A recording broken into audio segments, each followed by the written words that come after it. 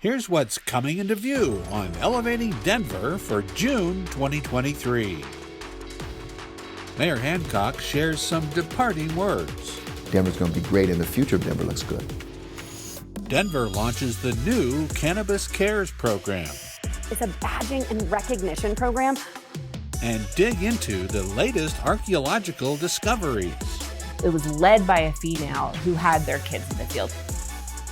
These stories and more are just ahead on Elevating Denver.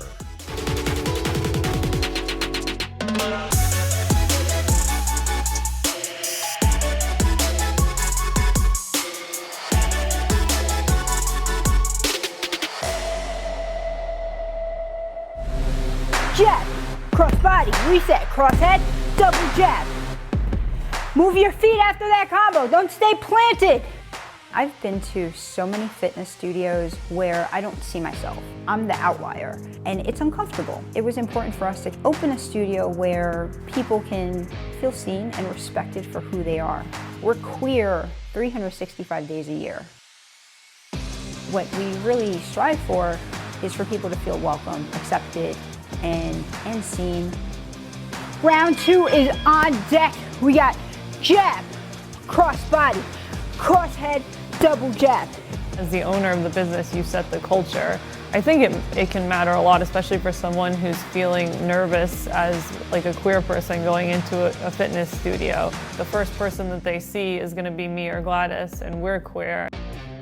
I actually moved to Colorado from a place where it just wasn't as inclusive. You know, I'm LGBTQ, so it's LGBTQ friendly. And I think like it's important for everybody, no matter what, race, shape, size, gender, whatever, just to feel included. And I've seen all kinds of different people here, and everybody is just always very nice to each other. And I think it's a workout that pretty much anybody can do. They can modify it. Even if you have like a injury, they'll give you something else to do.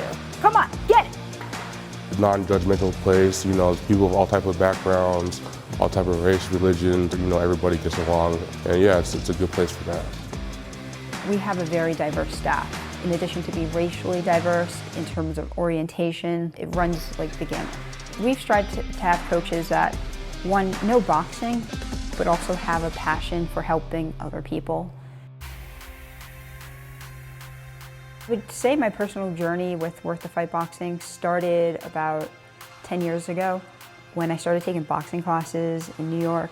I ended up losing 120 pounds, and it really planted the seed. Like, this is something fun, and I became incredibly passionate about it. Keep it up, 15 seconds. I'm tired too. I'm out of breath. I know how you're feeling. If your fitness is not enjoyable, you're not gonna stick with it. So that is top suggestion I would tell people. Do something that's fun that you're gonna stick with. I like how just the group environment makes you kind of like push one another. You know, if you're tired and you see somebody else going hard, it's kind of like, all right, let me try to, you know, go hard. And then, you know, vice versa, they see you going hard, they're tired, they're gonna try to push themselves. So it's a good place to come to, you know, kind of have accountability and go hard and have fun without judgment. We think that's just a very important part of your fitness journey. You know, when you're kind of struggling to have the motivation to come in, it really helps to know like, oh, like my friends that are gonna be there, they're kind of counting on me being there. That community is just really integral to the whole experience here. When I see members come in and like just kind of uncertain, I see myself in them because I didn't know what a class was going to do for me. And I feel like I can definitely relate to being uncertain, being scared. But then when they come back and they're giving us like a second chance, a third chance, and then I see them kind of getting a little more comfortable on the bags, more comfortable with the movements, I feel like we're doing our job right. It's a full body workout, but it also just like, you know, get some aggression out, stress from work, personal stuff. I think also just helps with my like self-confidence, you know, being out in the world, walking around in the dark, things like that. Worth the Fight means empowerment and confidence. It means taking a chance on yourself. every day, like I wake up, it's refreshing to kind of come in here and see people moving their bodies and leaving here feeling like they can take on the world. Solid effort today, solid work. Thanks for bringing it. Remember, every rep, every round mattered. Every punch thrown was with intention. You did a tremendous job. I'm so incredibly proud of you. Be proud of yourselves too.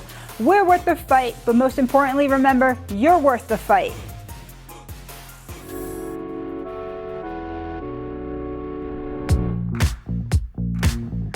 I'm super grateful for the Cannabis Cares program, everyone in Denver Excise and License for putting this out.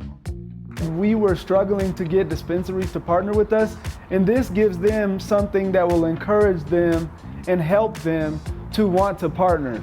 And so through the Cannabis Cares program, there are multiple different badges that you can get that would allow you to differentiate yourself and set you out from your competitors. And so as a social equity licensee, I get a badge for that, but also businesses that partner with social equity businesses, support minority-owned businesses, do community initiatives, and really give back to community is what the Cannabis Cares program is all about. I consider myself like a black hippie, so I'm all about giving back to the community, and I love anything that contributes to that. The Cannabis Cares program is a badging and recognition program for all of our Denver cannabis businesses to show us how they give back within their communities, to the environment, and also how they give back to the employees that work within their businesses and the city as a whole. I think the program's really important for a couple of different reasons. One, we know that cannabis businesses are already doing a lot to contribute to their community, and they're already working hard to make sure they're sustainable, that they're working with minority-owned businesses, and so we wanted to make sure that those cannabis businesses that are putting in the efforts in those areas are being recognized for that. And then we also want to incentivize those businesses that haven't made it a priority to go that extra step and really focus on those areas and make sure that it is a part of their business and their plan. All cannabis businesses within the city and county of Denver are eligible to be part of the Cannabis Cares program. We have 5 different badges. We have our Community Engagement Badge. The Community Engagement Badge is hyper-local focused. So our cannabis businesses will need to focus within 3 miles of their address. Then we have Sustainability. We want our businesses, our cannabis businesses, in terms of sustainability, to focus on what the city and county of Denver focuses on: compost, waste, alternative transportation methods. That's how our business really engages within our sustainability badge. Our Diversity and Inclusion Badge, it has a flag that has multiple different colors because it qualifies multiple different types of diversity and inclusion. Do businesses look for hiring people who qualify as BIPOC, who qualify as queer, who might have a learning disability? Or how do they actually help customers who come into their businesses with differing needs? When we look at social equity, we actually have 2 different types of badges for social equity. We have our social equity supporter, which means a business that goes above and beyond to help businesses who've been disproportionately affected by the war on drugs. That one has a hot air balloon on it, right? Supporting everyone. But then we also have our Social Equity Licensee Badge. And the Social Equity Licensee Badge is given to any business that actually has been disproportionately affected by the war on drugs. So that's a way for our consumers to actually support social justice values. And then finally, we have minority contracting. Minority contracting is, how do our businesses care about the businesses around them outside of cannabis, right? Maybe they're working with a marketing company that's owned by a woman, or they're working with a waste collection service that's owned by someone who qualifies as Indigenous, right? So actually helping that cannabis funds and really look outside of just how do we work within cannabis? How do we work with the rest of the city and county of Denver, and how we focus on uplifting minority businesses? I plan to use my badge really to differentiate myself and show what is already centered to my business, community, and wellness and healing.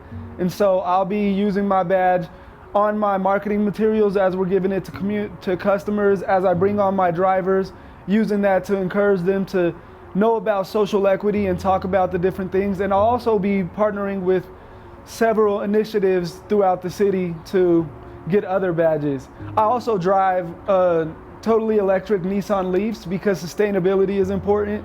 So the sustainability badge will probably be one of the first that I approach. But I'm aiming to get all of the badges, honestly. So our website is www.denvergov.org/cannabiscares. On that, consumers will actually be able to find a public-facing dashboard that's going to let them see what the businesses are doing and how those businesses are giving back. I like to take it a step above and say you want to enter the cannabis industry as an employee, because we need more diversity for that as well. So maybe you qualify as an individual who is queer or LGBTQ. You can actually go on this public dashboard when it's available and be able to see what businesses focus on hiring individuals who qualify as diverse. After our first year of this program, we're going to have data to show how much cannabis businesses give back in terms of community engagement, in terms of in which neighborhood we see an impact that these cannabis businesses are doing. One thing that a lot of people thought of when they voted on cannabis legalization back in 2012 was they wanted to see some changes made, whether it was for social justice or they wanted to see additional revenue come into their community. And so I think this program really will allow the community to see that we are achieving the full promise of legalization by being able to have the cannabis businesses contribute to their community and contribute to social equity and diversity inclusion in those areas.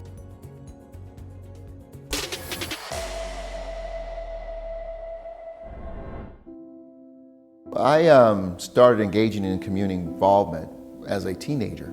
It was a way to get to have, hang out with friends. It was a way to be focused on something, an objective that we wanted to accomplish. And believe it or not, it was Nancy Reagan that got me more involved in community. She had the Just Say No campaign, and I was one of the young people in Denver who agreed to go door to door and hand out information about saying no and helping to keep young people off drugs. And from there I got involved with political campaigns. Every body of individuals looks for that individual or group of individuals who will go for them, to serve, to carry their message, to stand in the gap on their behalf. And I learned very early on how important that role is, and to be a difference maker, to be the one to represent others and their interests. And that's why in 2003 I decided I would run for city council. It's why I loved serving on city council. People present their challenges, their concerns to me, and I went and carried forth that interest down here to City Hall. That mattered to me, and I wanted to continue that service as mayor. On July the 18th, 2011, when I was inaugurated mayor, I walked in this office. I had been in this office dozens of times. But it was always about coming in, talking about an issue, and then leaving, and you leave that with the mayor. And for the first time when I walked in that afternoon and that door shut behind me, that I had the epiphany that I am now that person where stuff is going to be brought in, and ideas, concerns, opportunities, and it's my responsibility to carry forth with them. And it is an amazing transformation. It's an amazing transition from city council to this job. It is much different. As the chief executive of the city, I had to surrender my parochial thinking for my city council district and think more citywide. I had to think more about every district, every individual in the city, and how we can foster policies and opportunities that benefited everyone. One of the things I'm most proud of is when a 7th grader, a young lady, came to us and suggested that we find a way to make our rec centers more accessible to young people in our city. We weren't creating or allowing our rec centers to be leveraged as an opportunity. And so removing the fee and creating the My Denver card and putting it in the hands of every young person between the ages of 5 and 18 in the city, it gave all of us a sense of accomplishment and a morale booster, I think, for the entire city. The public may think what's effective leadership is what you see. I think effective leadership is what you don't see on a daily basis, the 9 to 5, in between the tweets, where your leadership is working every day on some very hard stuff sometimes and trying to navigate through it in the best interest of everyone. Obviously, people experiencing homelessness is the greatest, most complex challenge that we've had. We were trying to attack the issue of someone who's sheltered, but not really the causes, the root causes of what rendered someone homeless in our city.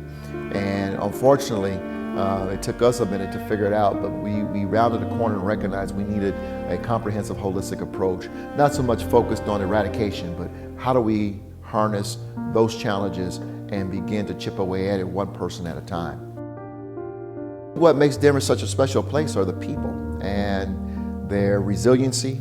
I think their zest and love and energy for life. We love to come together as a community. We love to celebrate. And I think that's why when things aren't as strong and as together, they notice it very quickly and they respond and say, we need to fix, we need to fix. And they work with their leadership in the city to fix. The systems, the ecosystems of Denver, whether they are social or they're culturally economic or compassionate systems, and they are working. They're working every day to solve challenges and to move Denver forward. We're one of the fastest cities to bounce back from this perfect storm of pandemic, epidemic, homelessness. And we're going to continue to bounce back because the systems are working. The systems have been fully invested in by the people of the city. And as long as there's a true desire to work toward the solutions of these issues, I think Denver's going to be great and the future of Denver looks good. The 20 years of service that you have blessed me and honored me with to serve you, and the privilege to serve you has been breathtaking. I don't really have the words to explain to you how gratifying and honoring it has been. It has really been my privilege to serve you. And I hope in small ways over the years you'll find that a lot of the things that we have done, a lot of the efforts we have put forward has really been meant to honor you and to honor your love and passion for this city. I think Denver has a tremendous future. And it's less about me and anyone else who will serve in these elected positions, but it's more about you. Because when we have asked you to step forward, asked you to make sacrifices, asked you to support financing and investment, you've done exactly that, Denver. And so with that, I say to you, thank you for the honor and privilege of serving you. Thank you for supporting me. And best luck to you, best luck to all of us as we continue to call this place home and continue to embrace it with everything we have. God bless you.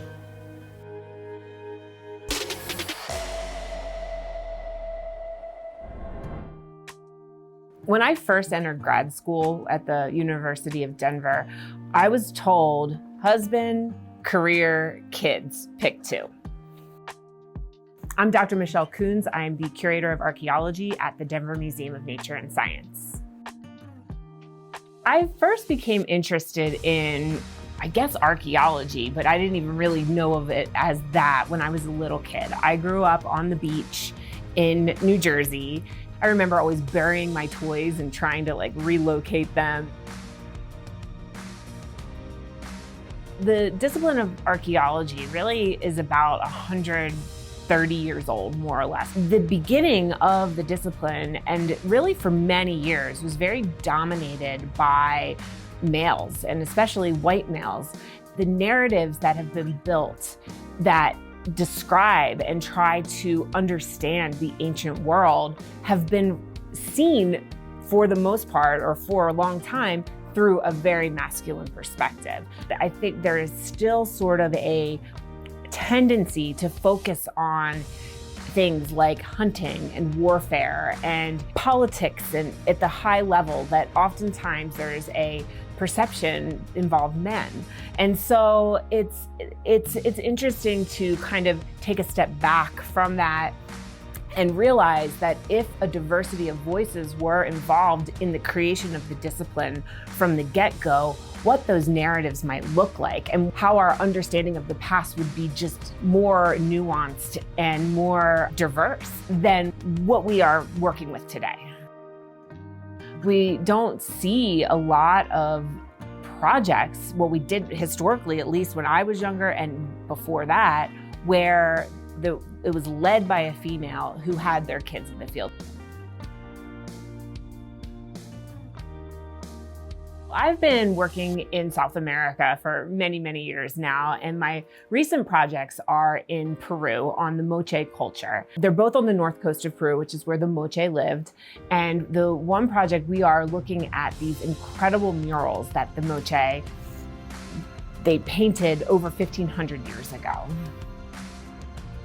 So the project is led by all women, and we are all moms.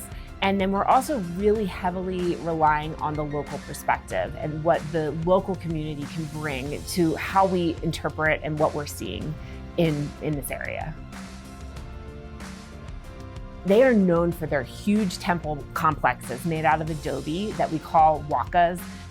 Many of these had these incredible murals painted onto the facades. They're known for their beautiful ceramics, as well as their metalwork, their woodwork, textiles, just really amazing craftspeople with a quite complex and interesting political situation. It's very important to me to be able to bring my kid and have him integrated into this project as an example in many ways to say, we can do this. It's hard. I'm in there all day, wind beaten, a hot sun, and then get home and have to relieve the nanny and, mom all night. It is exhausting, but I think that we need to figure out ways to make this work. And what that means might be working a little differently, rewriting that history to be inclusive, because so many incredible people undoubtedly have been left out of helping to tell these stories because of these limitations. And we need to change that. One of the biggest barriers, I think, that needed to be broken down, that still needs to be broken down in many ways, is funding for childcare in the field. It wasn't until very, very recently that grants would allow that to be a line item, to say, I need X amount of money for childcare for the field. That was unheard of. It's still not standard. You don't see it that often. And this needs to be normal. This needs to just be like, of course, yep, check. And so this isn't just for moms, it's for single dads or anybody that has dependents that they need to take care of in any way that they need to be able to bring them with. It's about equity across the board. It's not just about moms. The individuals are the ones who are telling the story about these ancient cultures. And without having a diversity of voices in there to tell those stories, we're only really getting certain perspectives. And it's interesting to think about how the story could be different if you, from the beginning, had more voices.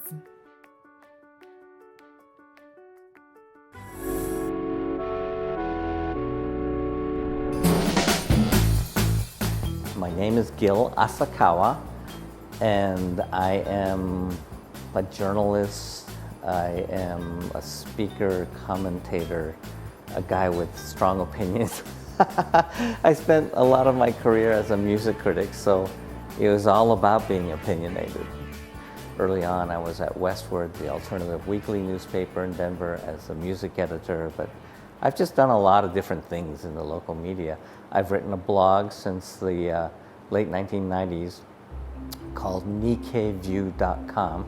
Nikkei is the Japanese word for Japanese people outside of Japan. I thought, well, this is my perspective on things, on Japanese culture, on Asian American identity, and where I fit. My family moved to the US from Japan when I was 8. And so I have this weird bicultural mix of being very American, but having been raised with this very Japanese background.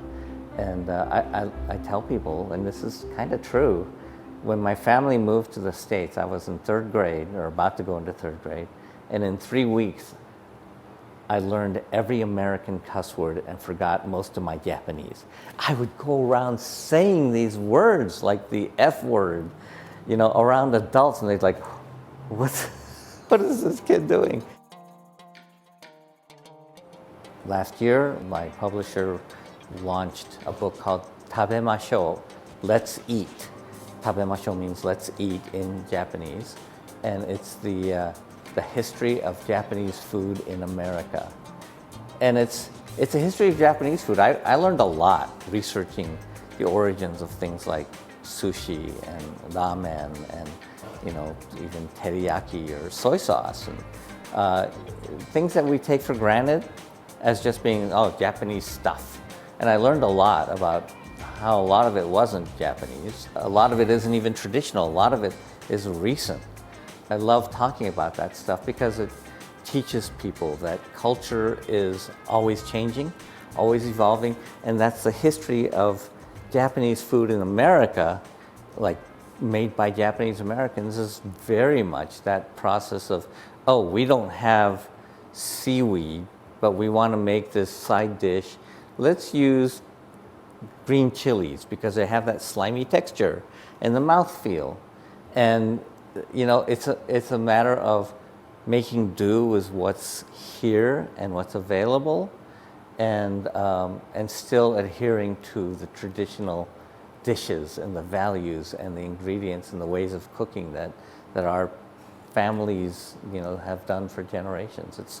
It's a great process. I love how food evolves and how it reflects culture. I love Ramen Star's ramen, number one, because he makes ramen fresh every day. The noodles are fresh, and they're very consistent and they're very good. Takashi Tamai, the owner here, has brought his love of Japanese food. He grew up in Japan and sticks to it. He respects it. And like when he makes the broth that he uses for several of his great ramen dishes, he said it takes him 4 days to make the broth.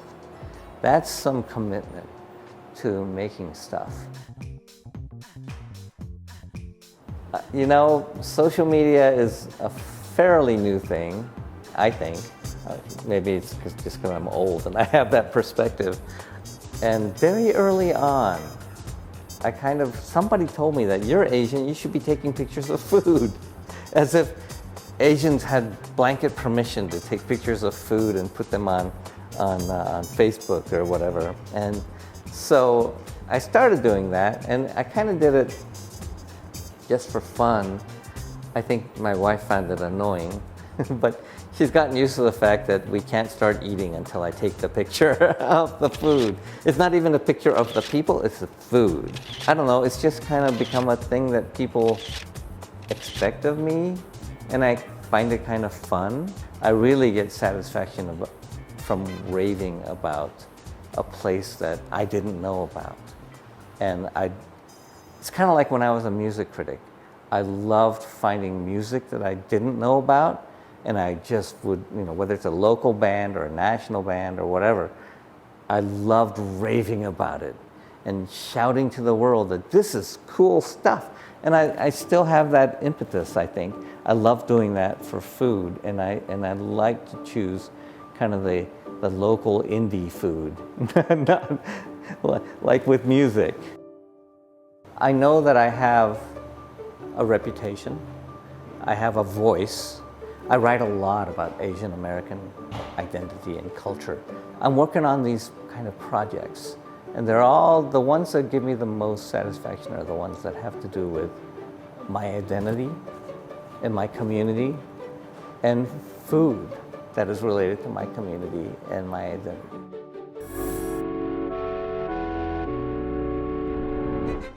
Often referred to as Denver's Stonewall moment, the gay revolt at City Council was a pivotal point in Denver history. On June 24th, we bring you the full story. I came here to this very building, the City and County building. Chambers were full. On the evening of October 23rd, 1973, hundreds of young LGBTQ people gathered along with the core members of the Gay Coalition of Denver to speak truth to power. Out of that, everything changed.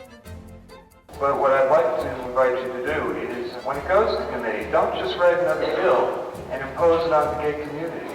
Get the coalition there. They'll even sit on the other side of the table from you. You don't have to get near any of us. Out of that, they found a voice. Out of that, the whole movement gathered into one focal movement, and everyone knew that there was no turning back. Stay elevated by subscribing to the city's YouTube page for these stories and more. And stay tuned to our social media channels for more content. Don't miss our new episodes of Elevating Denver, premiering each month. Thanks for watching, Denver.